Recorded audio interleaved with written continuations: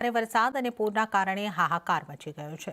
લેન્ડસ્લાઇડમાં 20 લોકોના મૃત્યુ થયા છે। ઘણા લોકો હજુ પણ લાપતા છે અને આવનારા આદેશ સુધી સ્કૂલ અને કોલેજ પ્રશાસનને બંધ કરવાના આદેશ આપવામાં આવ્યા છે। સેના રેસ્ક્યુ ઓપરેશનમાં લાગી ગઈ છે અને સેનાએ અત્યાર સુધીમાં 330 નાગરિકોનું રેસ્ક્યુ કર્યું છે। ગૃહમંત્રી અમિત શાહે ત્રિપુરાના મુખ્યમંત્રી માણિક સાહા સાથે પૂરની પરિસ્થિતિની ચર્ચા કરી। 30,000થી વધારે લોકો હાલ પૂર રાહત શિબિરમાં છે।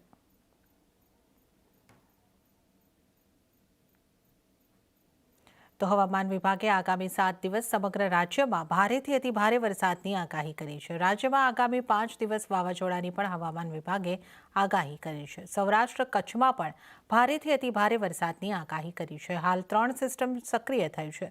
આજે ઉત્તરથી પૂર્વ ગુજરાતમાં ભારેથી અતિભારે વરસાદની આગાહી કરવામાં આવી છે। સૌરાષ્ટ્રમાં સુરેન્દ્રનગર, રાજકોટ, જૂનાગઢ, ગીર સોમનાથ તેમજ દીવમાં ભારેથી અતિભારે વરસાદની આગાહી કરી છે। અમદાવાદ જિલ્લામાં પણ ભારેથી અતિભારે વરસાદની આગાહી કરવામાં આવી છે। तो आज के लिए सूरत के लिए एक्सट्रीमली हैवी रेनफॉल की वार्निंग और साथ में रेड अलर्ट जारी है, और जहां पर वेरी हैवी रेनफॉल की वार्निंग और साथ में ऑरेंज अलर्ट जारी है वो डिस्ट्रिक्ट है साबरकांठा, अरावली, अहमदाबाद, गांधीनगर, पंचमहल, महिसागर, भरूच, और इसके अलावा जो गुजरात रीजन के डिस्ट्रिक्ट है उसमें हैवी रेनफॉल की वार्निंग और साथ में येलो अलर्ट जारी है। तो डे 3 के लिए बड़ोदरा और भरूच के लिए एक्सट्रीमली हैवी रेनफॉल की वार्निंग और साथ में रेड अलर्ट जारी है, और इसके अलावा जो डिस्ट्रिक्ट है वहाँ पर heavy to very heavy rainfall की वार्निंग है। करेंगे तो डे 5 के लिए बनासकांठा, पाटन, महसाना, साबरकांठा, गांधीनगर, अरावली और खेड़ा के लिए हैवी रेनफॉल की वार्निंग है, और अहमदाबाद, आनंद, पंचमहल के लिए वेरी हैवी रेनफॉल की वार्निंग है। तो आज के लिए अमरेली के लिए एक्सट्रीमली हैवी रेनफॉल की वार्निंग और साथ में रेड अलर्ट जारी है, और इसके अलावा जो डिस्ट्रिक्ट जहां पर heavy to very heavy rainfall की वार्निंग है वो डिस्ट्रिक्ट है सुरेंद्रनगर, राजकोट, जूनागढ़, भावनगर, गिर सोमनाथ, बोटाड और दीव डिस्ट्रिक्ट शामिल है। તો ત્યારે જ વરસાદનો રાઉન્ડ શરૂ થતાં જ રાજ્યના નદીઓ અને ડેમમાંથી ધસમસતા પાણી વહેતા થયા।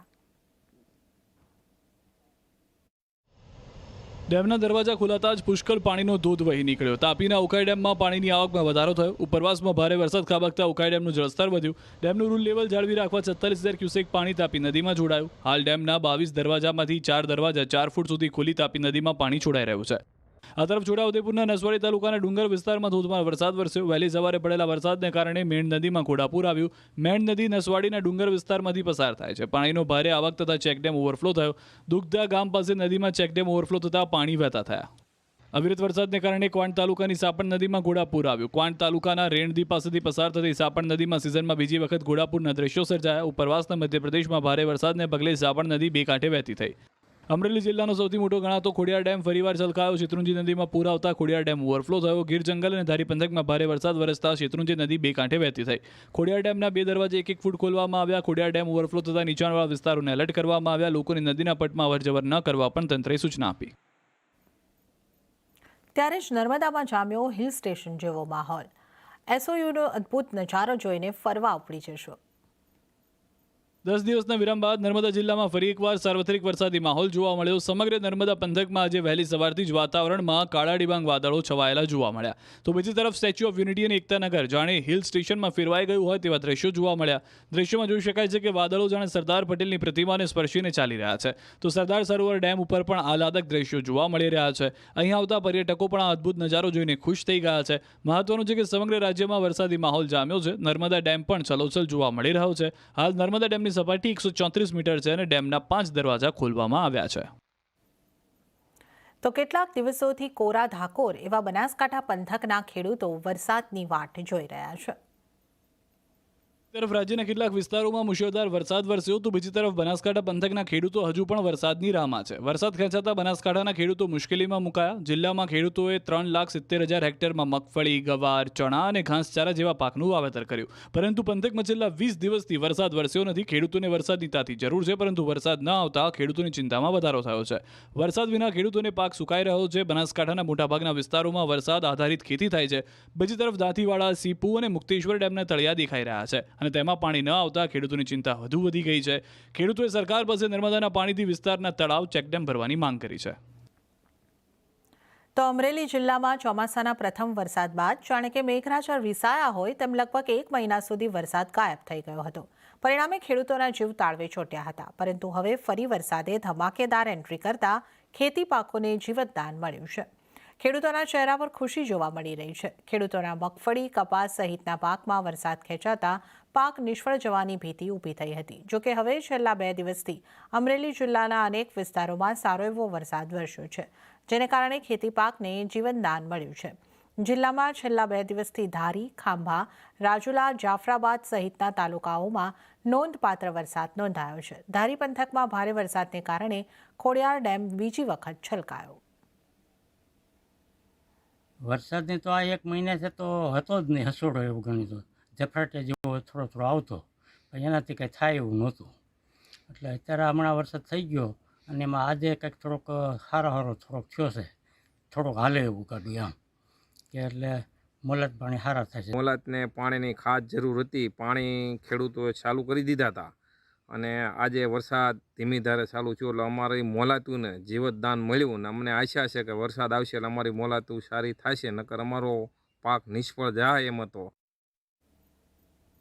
તો રાજ્યમાં છેલ્લા ઘણા સમયથી ખાદ્ય સામગ્રીની ગુણવત્તા સામે સવાલો ઊભા થઈ રહ્યા છે. ત્યારે વલસાડ જિલ્લાના લોકોના આરોગ્ય સાથે ચેડા થઈ રહ્યા છે. લોકોને એક્સપાયરી ડેટવાળો સામાન વેચાઈ રહ્યો છે.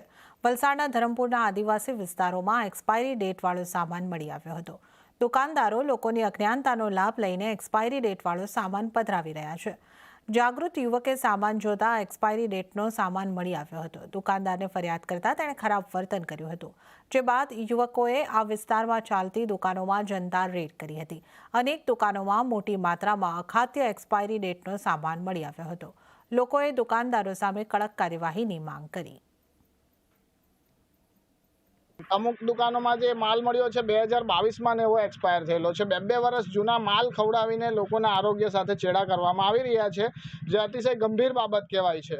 અને આના લીધે જે ભૂલ કરી ઉપરથી પાછી દાદાગીરી જે કરી એના લીધે ગામજનોમાં આક્રોશ પ્રવર્ત્યો અને એના લીધે આ લોકોએ આ જનતા રેડ કરી છે. કારણ કે અમારે અહીંયા બહુલતામાં આદિવાસી વિસ્તાર છે ને કોઈ ભણેલા ગણેલા નથી.